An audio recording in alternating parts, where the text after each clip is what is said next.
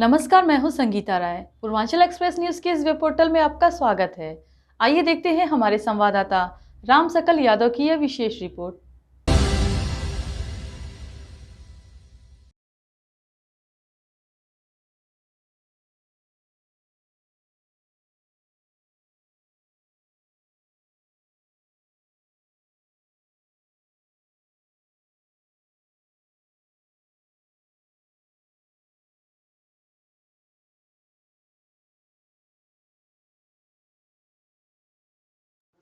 कहते हैं माता पिता की सेवा ही दुनिया का सबसे बड़ा धर्म है। लेकिन आज के दौर में जहाँ रिश्ते टूट रहे हैं और लोग अपने को भूलते जा रहे हैं, वहीं आजमगढ़ से मानवता की एक ऐसी तस्वीर सामने आई जो आपके दिल को छू लेगी। आजमगढ़ के फरिया स्थित वृद्धा आश्रम में उस वक्त खुशियों की लहर दौड़ गई जब जनपद के जाने माने समाज सेवी और उद्यमी इंजीनियर सुनील कुमार यादव वहां पहुंचे। यह कोई औपचारिक दौड़ नहीं था, बल्कि एक बेटे का अपने बुजुर्ग के प्रति सम्मान और अपनापन था। तस्वीरों में आप देख सकते हैं कि किस तरह इंजीनियर सुनील यादव ने न केवल बुजुर्गों का हालचाल जाना, बल्कि उन्हें अंग वस्त्र भेंट कर सम्मानित किया। लेकिन सबसे भावुक कर देने वाला पल तब आया जब उन्होंने किसी दिखावे से दूर उन्हीं बुजुर्गों के साथ बैठकर जमीन पर एक थाली में भोजन किया। मीडिया से बातचीत में सुनील यादव ने समाज को एक बड़ा संदेश दिया।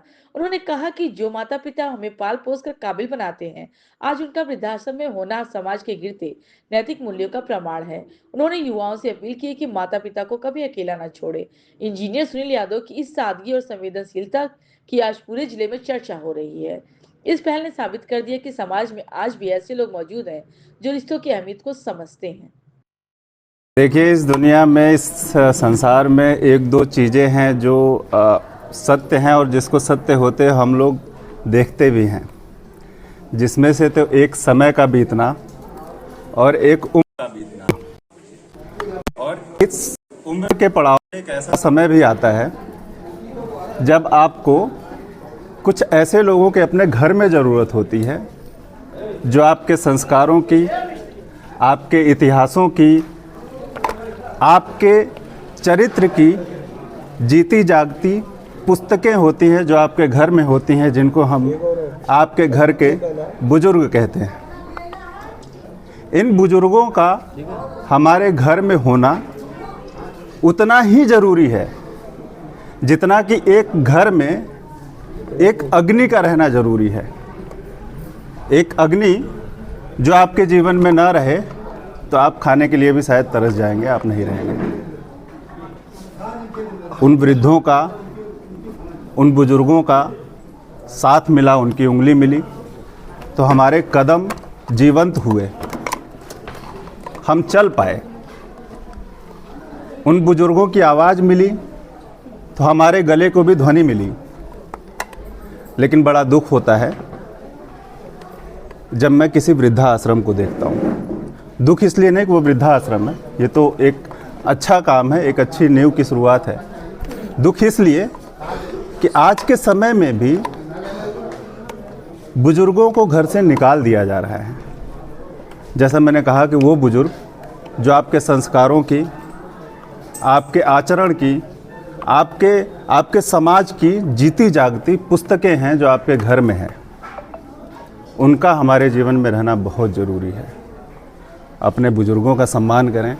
ये तो मैं बड़ा तुच्छ सा काम, एक मुझे यहाँ पे था, मुझे पता चला कि आजमगढ़ में भी एक वृद्धा आश्रम है। तब से मैंने ये कोशिश किया कि मैं कुछ समय पर आकर इनसे मिलता रहूं, आप लोगों को बुलाऊं ताकि आप लोग भी इस चीज़ को फैलाएं। इसलिए नहीं, इसलिए बल्कि मुझे देख अगर कोई एक आदमी भी अगर यहाँ पर आकर इनके साथ एक दिन भी बिता लेता है, इन बुजुर्गों को ऐसा लगता है जैसे उनका बेटा उनके घर में आया हुआ है। इसमें से एक एक बुजुर्ग, एक एक माता, एक एक बाबा अपने बच्चे को खोजते हैं, जो भी इनको खाना खिलाता है, जो भी इनसे बातचीत कर लेता है, जो भी इनका हालचाल पूछ लेता है, इनको वही अपना बेटा लगने लगता है। तो मैं चाहूँगा, मैंने तो कुछ नहीं किया, लेकिन अगर हो सके तो जो इनके आसपास के लोग हैं, आजमगढ़ में जो भी समाज सेवी हैं, किसी भी पार्टी विशेष में हों, किसी भी सेवा भाव में हों, इनसे आके मिलना शुरू करें।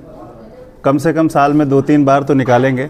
और 365 से ज़्यादा तो कार्यकर्ता हमारे आजमगढ़ में है, समाज सेवा में हैं, जो कि समाज सेवा करते हैं।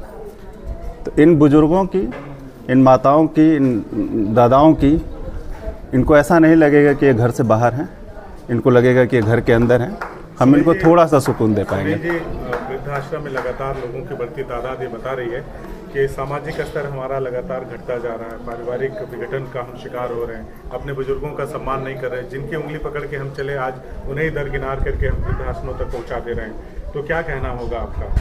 मैं यही कहूँगा कि भैया देखो, जैसा मैंने कहा कि ये हमारा इतिहास और हमारे संस्कारों की जीती जागती पुस्तकें हैं जो आपके घर में हैं, और किसी भी समाज का, किसी भी बेहतर समाज का निर्माण नहीं हो सकता अगर इतिहास हमारे साथ नहीं है।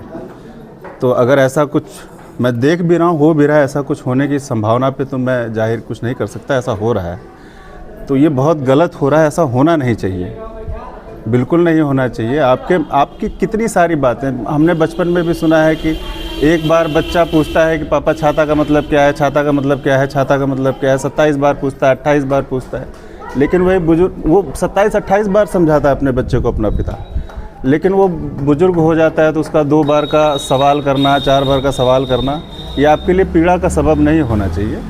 ये आपको उस दिन की याद दिलाना चाहिए जब आप कुछ नहीं थे, और इनकी अपनी जिद की वजह से, मतलब अगर मैं एक इस चीज़ को उल्टा करके बोलता हूँ कि अगर वृद्ध होने के बाद बुजुर्गों को छोड़ दिया आपने, यही इसी को उल्टा कर लीजिए कि आपके पैदा होने के बाद आपको छोड़ दिया होता इन्होंने, तो क्या होता आपका? आप कहाँ भटक रहे होते, किस हाल में होते? आप आज इनको छोड़ पा रहे हैं इसलिए क्योंकि आपको ऐसा लगता है कि अब आप सक्षम हो गए हो और अब आपके जीवन में इनकी ज़रूरत नहीं है। वो जो सक्षम हुए हो आप, जिसकी वजह से आप ये फैसला ले पा रहे हो कि इनकी ज़रूरत नहीं है, उस सक्षम बनाने लायक इन्होंने आपके साथ कंधा से कंधा मिलाकर, अपना पसीना अपना खून लगाकर आपको इस लायक बनाया। तो ये नहीं होना चाहिए, और जिस घर में भी वो हो रहा है, मैं तो दावे के साथ कह सकता हूँ वो घर सुखी नहीं रह सकता, कतई सुखी नहीं रह सकता। एक तरफ देखा जा रहा है, थोड़ा सा अलग कहूँगा, कुछ जगहों पे, मतलब कुछ, जैसे मैं साउथ इंडिया की बात करूँ, साउथ इंडिया में कई सारे स्टेट्स हैं जहाँ पे वृद्धा आश्रम की संख्या ज़्यादा नहीं है। वो बहुत कल्चरल लोग भी हैं, वो पढ़े लिखे लोग हैं, हमसे ज़्यादा पढ़े लिखे लोग हैं। कुछ ऐसी जगहें हैं, कुछ एरिया ऐसा है जहाँ पे ऐसा ज़्यादा हो रहा है, जो नहीं होना चाहिए। उसके पीछे शिक्षा तो कहीं से कहीं तक मतलब ये रोल प्ले नहीं करती कि आप शिक्षित हैं इसलिए आप अपने घर के लोगों को जो है कि छोड़ दे रहे हैं। कहीं न कहीं शायद सामाजिक दबाव या कुछ फाइनेंशियल प्रेशर्स, या मैं उसको कह नहीं सकता, ये मेरे जीवन में कभी घटित होने वाला नहीं है, और ना ही मैंने कभी ऐसा सोचा कि मतलब मेरे घर के बुजुर्गों को कभी वृद्धाश्रम में रहना पड़ेगा। आप अगर तो